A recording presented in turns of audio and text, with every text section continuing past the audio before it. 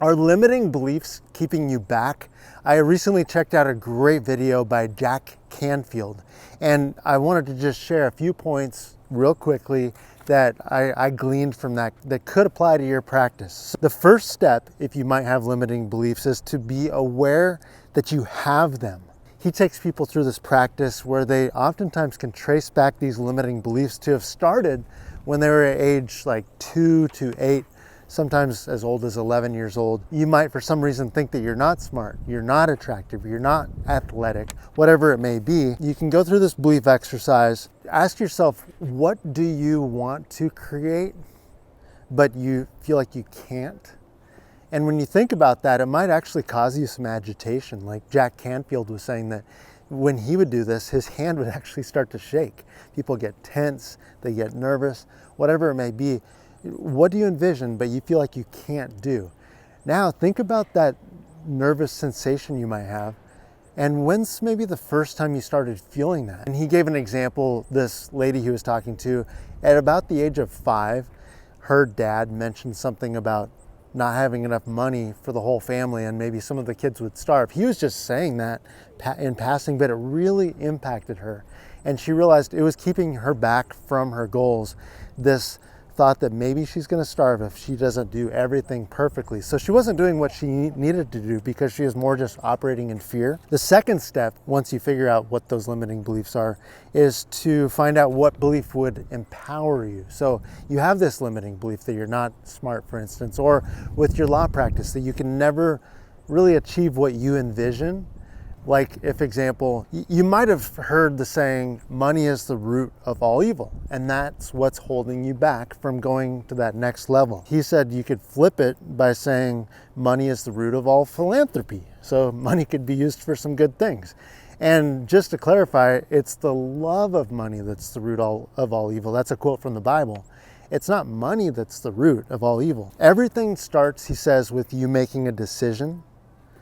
You give yourself a deadline, and then you basically keep your seat in the saddle to get it done. Do whatever it takes to do it. So if you say your law practice is at $1 million a year and you need to take it, you really want to take it to $2 to $3 million a year, then you need to give yourself a deadline. By 18 months from now, I want to be at $2.5 million per year. And then once you kind of figure out what you need to do to make that happen, you stay focused and you do whatever it takes. So just as a recap, you got step 1, you be aware that there is a limiting belief. Step 2, come up with an opposite kind of affirmation or belief that would help you overcome that. And then step 3 is you make a decision. That's where everything starts. And then step 4 is you commit time to it. So you commit the time, and then you do the work. Maybe you don't really know exactly what it's going to take to get your law practice to where you want it to be. He gave an example. He wrote this book on success principles, and he didn't really write it in order. He just started writing down what he knew. He just did it. He put the time in, and then he went back later and figured out the order that it should be in and kind of reworked things. And then make sure you don't compare yourself. This is a huge thing. Let's say you see the person across town has a similar law practice to you, and they're so far ahead of you, and it can really be stifling to feel like it's just, this goal is just not possible for you to do. But instead of comparing yourself, you should actually be inspired by them. You might find that their dedication to excellence or whatever it may be in them that you like, maybe that's because it's in you, it's resonating in you.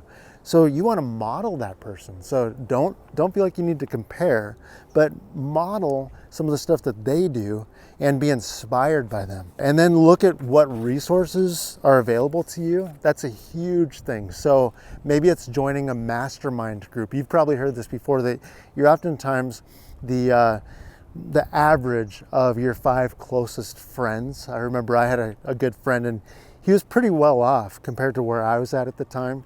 And just being around him helped me to think differently. And so I started taking different actions, just spending more time with this friend of mine, made me question some of the stuff I was doing and reprioritizing, and really helping me to get to the next level. And I know for you too, if you can be intentional, joining a mastermind group, spending more time with that person that's a successful entrepreneur that you really look up to, whatever it may be. I know oftentimes attorneys, they just know they need to do more marketing. It's a matter of committing the time and the money to do that.